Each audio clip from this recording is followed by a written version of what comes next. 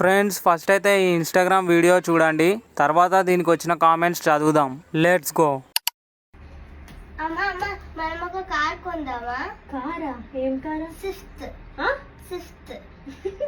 ముందు చెప్పడం నేర్చుకో. క్యార్ కావాలంటే క్యార్. చెప్పడానికి అయితే నాకు BMW వచ్చుకుంటా.